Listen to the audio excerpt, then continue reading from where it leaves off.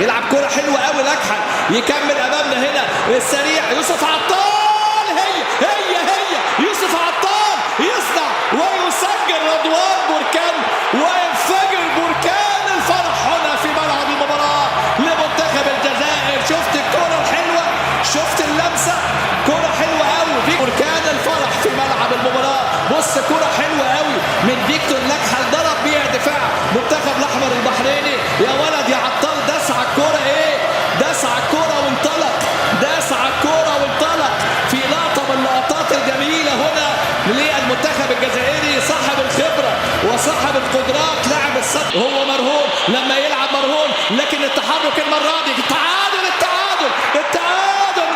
مهدي عبد الجبار، مهدي عبد الجبار. ايه المباراة دي؟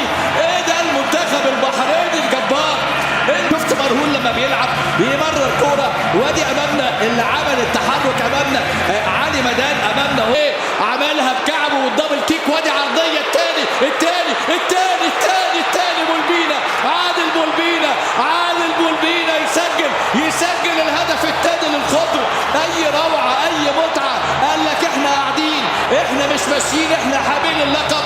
بص شوف عادل بولبينا لاعب فريق قناة، شوف التحرك، يا ولد بولبينا ايه التمريرة دي؟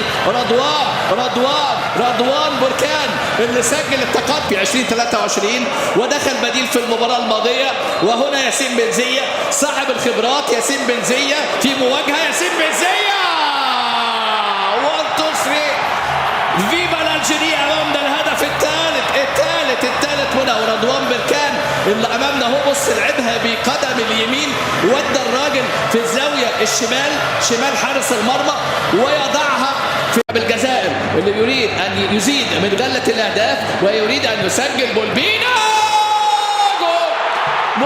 جول للجزائر.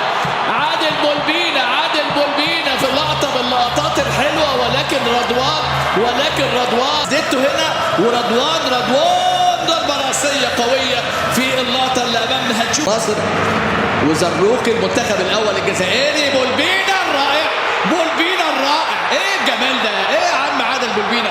ايه الحلاوه دي يا عم عادل؟ ايه يا عم الجمال ده؟ شمالك زي يمينك، كله عندك اهداف. القدم اليسرى الذهبيه عادل بولبينا، يا ولد. لكن بص مين الكبير اداهاله، القائد اداهاله، قال له خد يا عادل، سجل يا عادل.